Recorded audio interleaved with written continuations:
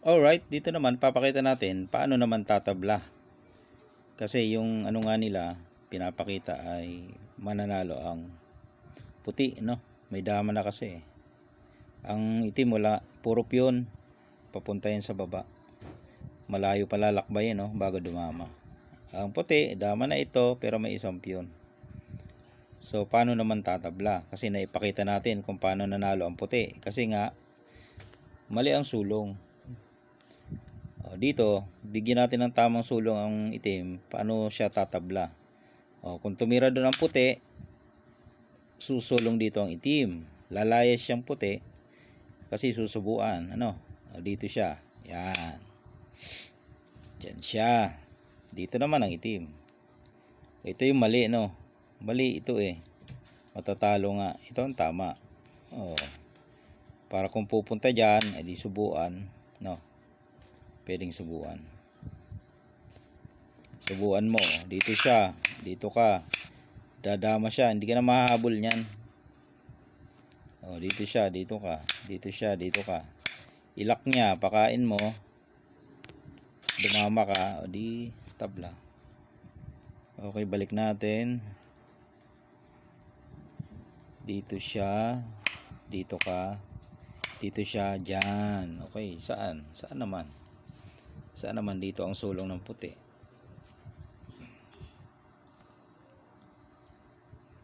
Saan?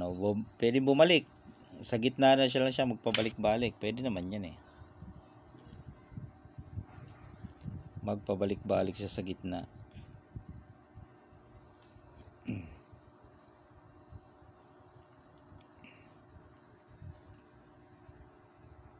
Pabalik-balik sa gitna. Pwede na maglakbay ito eh. Yan o. Pwede na siya maglakbay. Saan na naman ang puti? Pwede lang dito. Pwedeng dyan. Pwedeng dito lang, no? Diba, dito lang siya. Ayan. Pwede mo nang igalaw yan. Balik-balik na naman siya. Hanggang sa kakabalik-balik niya dyan, makakarating dito sa 4. Wag dyan. Huli pala siya dyan, tabla. So, bitinin natin. Hanggang dyan lang siya. Yan. Bitin. Dito ka na. Balik na naman siya doon. Ayun di ba? Nagapang na, nasa 4 na. Ito sinasabi ng iba, balik-balik ka lang daw sa gitna, tabla na eh. Dito balik uli, sige, balik lang. Ayan na, nakaposisyon na. Saan ka riyan? Dito ka kaya? Dito naman, o kaya doon sa dulo? Okay. Pwede rin sa dulo. Yan, tabla na no. Pag sa dulo, pakain lang. Dito lang.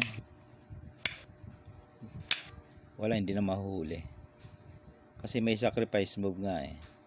Kung dito naman siya, yan, pwede naman yan dyan eh. Yan. Susulong mo na ito. Sulong mo na yan. Pwede nyo na isulong ang piyon, no? Ipadama niya uli. Pero tabla pa rin yan.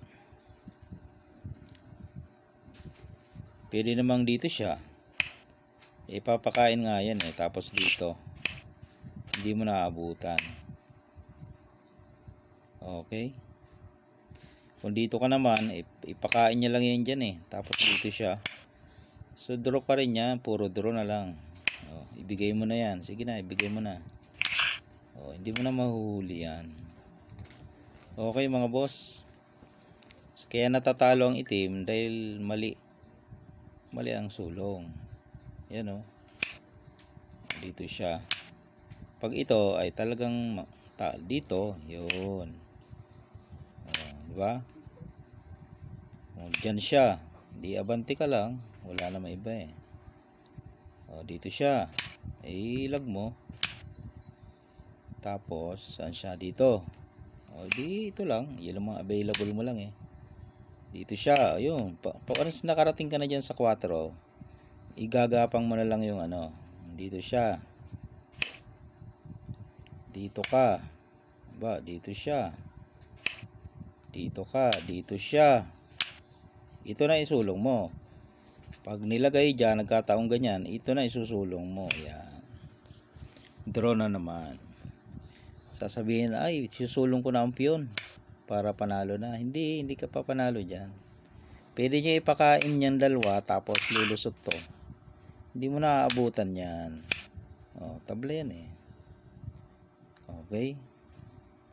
O di kaya naman, pag sulong mo dyan, ipapakain niya, sisingit siya.